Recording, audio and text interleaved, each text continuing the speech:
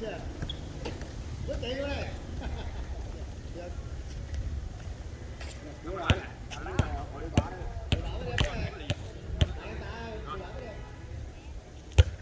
Đây. Còn là bằng phà với thân. Phà qua.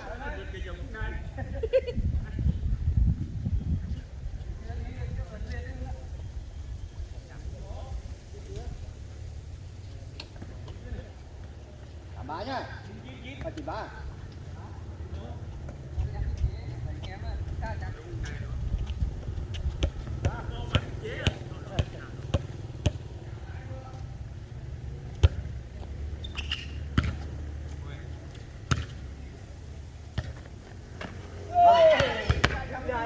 Chạy chứ. Cái đi. Qua chạy núi đi.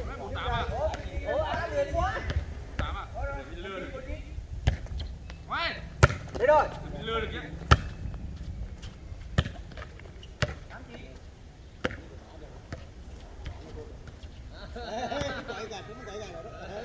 Đừng ngông gài nhặt. À! Cái bờ ngoài luôn. Quay luôn. Để bên ngoài này. Ôi. Ôi da. Lỡ.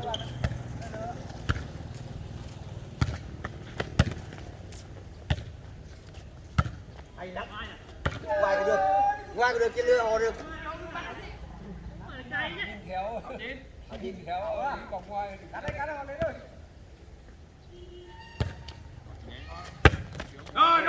Rồi. Ngoài đó. Quá đâu đâu. Cũng đây.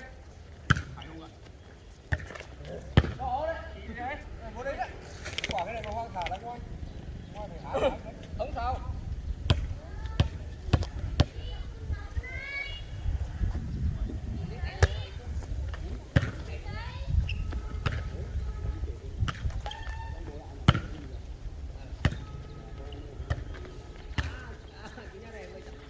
Đấy rồi.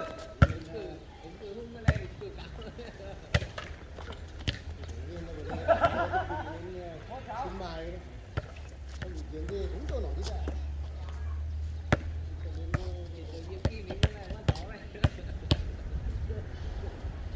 Không vâng.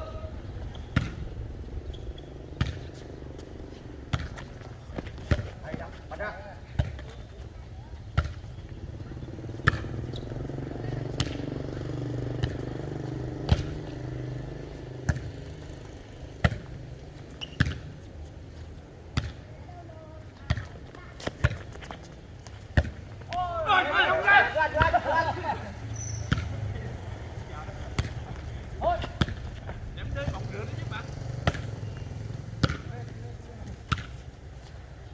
Thế rồi.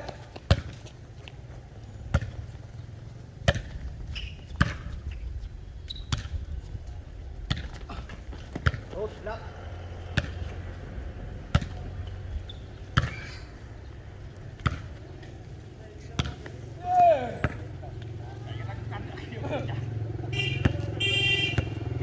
Ai chào à?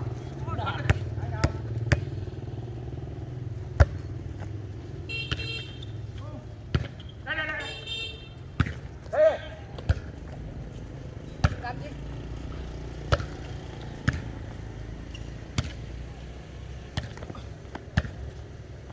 Ấy đó. Được, tốt đấy.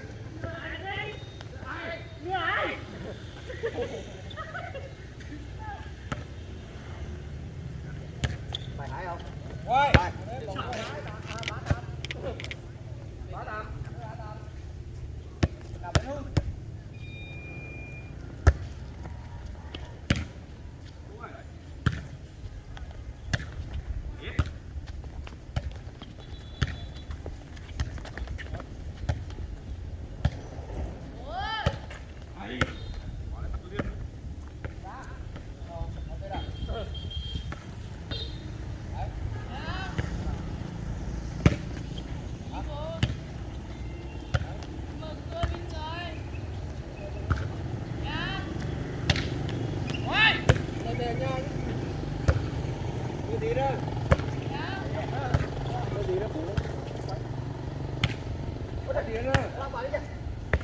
Quả nó gì mà thành quán à?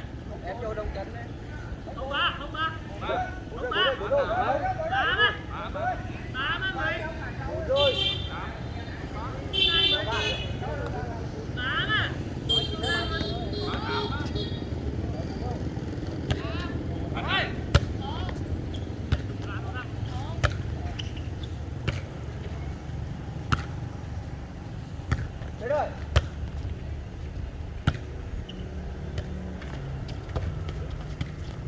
nha.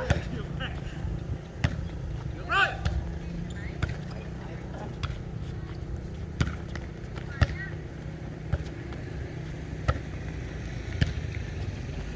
Ê! Thấy chủ thấy không rồi.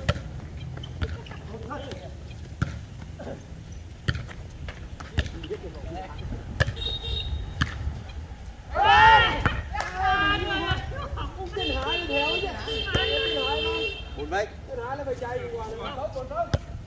À, cho hồ lên đánh hả? Hồ lên đánh hả? Làm câu. Đánh đây à? Đánh đây, đánh đây, đánh đây đi. Nhảy hung luôn.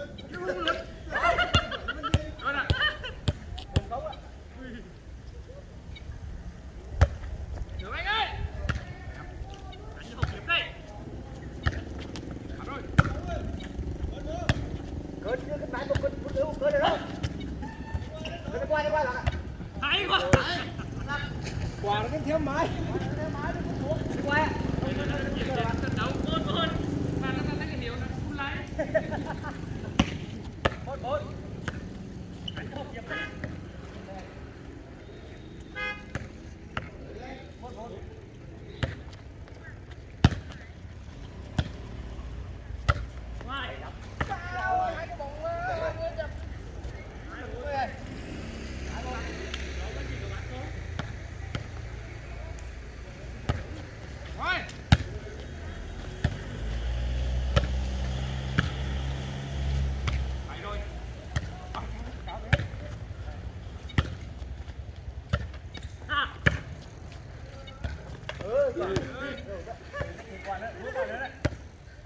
Năm hai.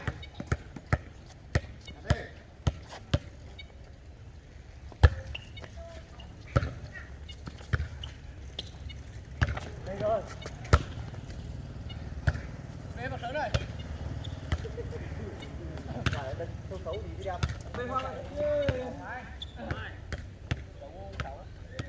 Xấu quá, xấu có đâu bực sơn cái là vừa ăn. Ráng ăn được lắm ấy. Đồ ngoài tuổi đấy em.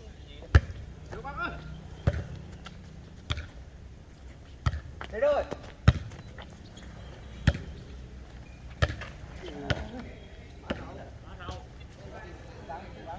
Chết còn đấy này, nó chết còn đấy này.